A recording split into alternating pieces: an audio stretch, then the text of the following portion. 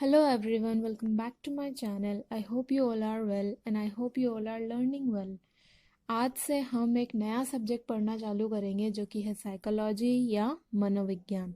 Okay, आज की ये वीडियो साइकोलॉजी की हमारी पहली क्लास है। आज की इस वीडियो में हम डिस्कस करेंगे कि साइकोलॉजी को पढ़ना क्यों ज़रूरी है या टीचिंग एग्ज़ाम्स में साइकोलॉजी को इंक्लूड क्यों किया गया है, इसको क्यों शामिल किया गया है एग्ज़ाम्स में। आज के टाइम में इतना इम्पॉर्टेंट क्यों है साइकोलॉजी। इसके अलावा हम साइकोलॉजी शब्द के बारे में या मनोविज्ञान शब्द के बारे में डिस्कशन करेंगे कि ये कहाँ से आया, इसका मतलब क्या है, वगैरह वगैरह। ओके, तो चलिए आते हैं हमारे टॉपिक पे। सबसे पहले बात करते हैं कि साइकोलॉजी को आज इतना इम्पोर्टेंस क्यों दिया जाता है या साइकोलॉजी सब्जेक्ट मनोविज्ञान को इतना ज़रूरी क्यों माना जाता है टीचिंग एग्ज़ाम्स के लिए। जितने भी टीचिंग एग्ज़ाम्स हैं हर एक में साइकोलॉजी बहुत ज़्यादा इम्पॉर्टेंट है, हर एक में इससे रिलेटेड बहुत सारे क्वेश्चंस आते हैं। क्यों ज़रूरी माना जाता है ये, तो अगर हम इस बात को समझने की कोशिश करें तो आज की सिचुएशन जो है वो इसकी ज़रूरत है साइकोलॉजी या मनोविज्ञान सब्जेक्ट। आज एक टीचर को, अगर आपको एक टीचर बनना है तो आपको बच्चों को समझना ज़रूरी है। बच्चे किस उम्र में कैसा बिहेव करते हैं, उनके मन में क्या चल रहा होता है, उनके दिमाग में क्या चल रहा होता है, उनके शारीरिक विकास किस तरीके से होता है, किस उम्र में कैसा विकास होता है, ये सारी बातें एक टीचर के तौर पे आपको जानना बहुत ज़रूरी है अगर आप टीचर बनना चाहते हैं और एक अच्छे टीचर बनना चाहते हैं तो। इसीलिए साइकोलॉजी को हर एक टीचिंग एग्ज़ाम में इंक्लूड किया गया है। एक छोटे से एग्जाम्पल से मैं आपको समझाने की कोशिश करती हूँ कि साइकोलॉजी को समझना या साइकोलॉजी को पढ़ना हर एक इंसान के लिए ज़रूरी क्यों है। ठीक है, एडोलसेंस पीरियड या किशोरावस्था में जब बच्चा होता है तो कई सारे कश्मकश उसके दिमाग में चलती हैं, कई सारी कश्मकश उसके मन में चलती हैं। एक गुण या लक्षण मैं बोलूँ किशोर अवस्था का या एडोलसेंस का एक लक्षण ये भी होता है कि जो बालक होता है या जो बच्चा होता है वो अपने अपोजिट जेंडर की तरफ अट्रैक्ट होता है या उससे दोस्ती करने की कोशिश करता है। तो जब वो ऐसा करता है तो हम उस पर बड़ी बड़ी पता नहीं कौन कौन सी थ्योरी उस पर लाद देते हैं, समाज, परंपरा, रीति रिवाज और पता नहीं क्या क्या, और उसको इतना गिल्टी फील करवा देते हैं कि पता नहीं वो बहुत कुछ गलत कर रहा है जैसे कि वो, क्योंकि हम समझे ही नहीं कि उसने अगर ऐसा किया तो क्यों किया। हमें समझ ही नहीं है उस चीज़ की, जबकि उससे पहले हमें खुद समझना ज़रूरी है कि किस उम्र में बच्चा कौन सा कार्य किस वजह से कर रहा है। और ये समझ हम में पैदा होती है किस सब्जेक्ट से, मनोविज्ञान से। मनोविज्ञान यही है, मनोविज्ञान व्यवहार का ही अध्ययन है। कौन सा व्यवहार किस वजह से हो रहा है ये हमें बताता है मनोविज्ञान या साइकोलॉजी। ठीक है, इसीलिए इसको व्यवहार का अध्ययन वॉटसन ने कहा है, जेबी वॉटसन ने इसको व्यवहार का अध्ययन कहा है, क्योंकि ये मानव के व्यवहारों का अध्ययन करता है। कौन सा काम मानव किस उम्र में किस वजह से कर रहा है इसका पता हमें चल जाता है अगर हम साइकोलॉजी पढ़े हुए हैं तो। इस वजह से ज़रूरी है हर एक इंसान का साइकोलॉजी समझना, साइकोलॉजी को जानना। बहुत आसान सब्जेक्ट है। इसकी सबसे अच्छी बात यह है कि इसमें कुछ रटने की ज़रूरत नहीं पड़ती सिवाय डेफिनेशंस के। डेफिनेशंस के लिए भी कुछ ना कुछ हम करेंगे, उसके लिए अलग सेशंस लेंगे, नेमोनिक से या माइंड टेक्निक से उनको समझने की या याद करने की कोशिश करेंगे। बाकी जितनी भी साइकोलॉजी है उसमें सिर्फ समझने का ही खेल है, वहाँ पर सिर्फ आपको समझना ही है। ओके, तो बिल्कुल भी डरने की ज़रूरत नहीं है साइकोलॉजी सब्जेक्ट से, बस इसको समझने की कोशिश कीजिए।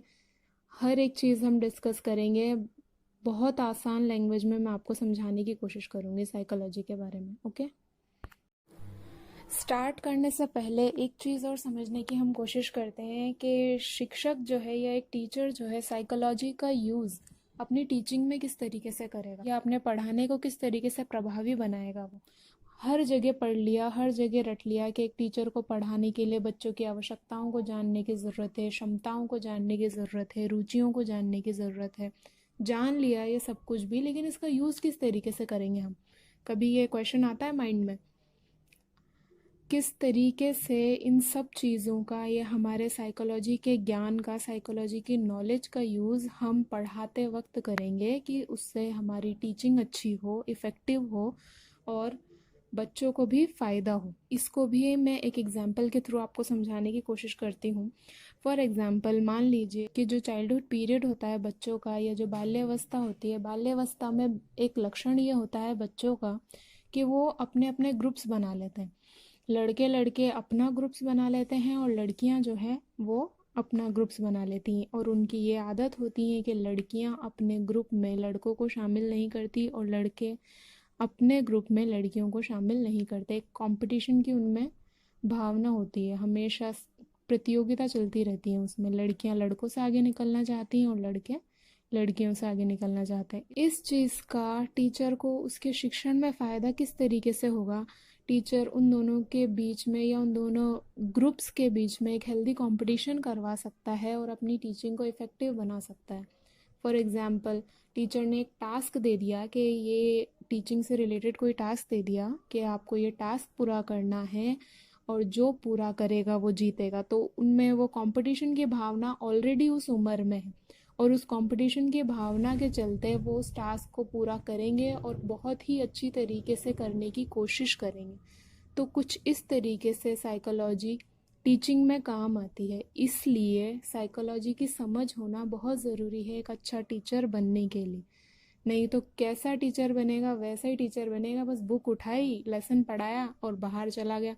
कुछ मतलब ही नहीं कि बच्चों को समझ आया नहीं आया, कितनों को आया कितनों को नहीं आया। ये टीचिंग नहीं है, ये बिल्कुल भी टीचिंग नहीं है। टीचिंग एक बहुत ही डिफ़िकल्ट जॉब है जो हर कोई नहीं कर सकता। इसके लिए ज़रूरी है आपका एक ज़िम्मेदार इंसान होना जो ज़िम्मेदारी को समझे कि कितनी बड़ी ज़िम्मेदारी है टीचिंग। ओके, तो ये कुछ बातें थी। अब हम डिस्कस करते हैं साइकोलॉजी वर्ड के बारे में। शुरुआत करते हैं साइकोलॉजी शब्द से या मनोविज्ञान शब्द से। ओके, बात करते हैं कि मनोविज्ञान शब्द या साइकोलॉजी शब्द की उत्पत्ति कहाँ से हुई है या ये कहाँ से आया है। तो साइकोलॉजी शब्द की उत्पत्ति यूनान से हुई है। यूनान दार्शनिकों का गढ़ है, यहाँ से बड़े बड़े दार्शनिक निकले हैं। और एक बात हमेशा याद रखिएगा कि ये जो साइकोलॉजी है ये भी दर्शन शास्त्र से ही निकली है, फिलॉसफी से ही निकली है ये। ओके, फिलॉसफी को आप इसकी माँ मान सकते हैं साइकोलॉजी की। ओके, तो यूनान से इसकी उत्पत्ति हुई है, यूनानी भाषा से। यूनानी भाषा का एक शब्द था साइकी, साइकी का अर्थ था आत्मा। वहाँ से उस साइकी से इस मनोविज्ञान की उत्पत्ति हुई है। वो साइकी आगे चल के कहलाया साइकोलॉजिया। साइकोलॉजिया में साइको का अर्थ हो गया मन। अब आत्मा की जगह किसने ले ली? मन ने ले ली। फिर वो साइकोलॉजिया आगे जाके इंग्लिश में साइकोलॉजी कहलाया और साइकोलॉजी को कहा गया, वही साइको का अर्थ मन था इसमें और लॉजी का अर्थ था विज्ञान।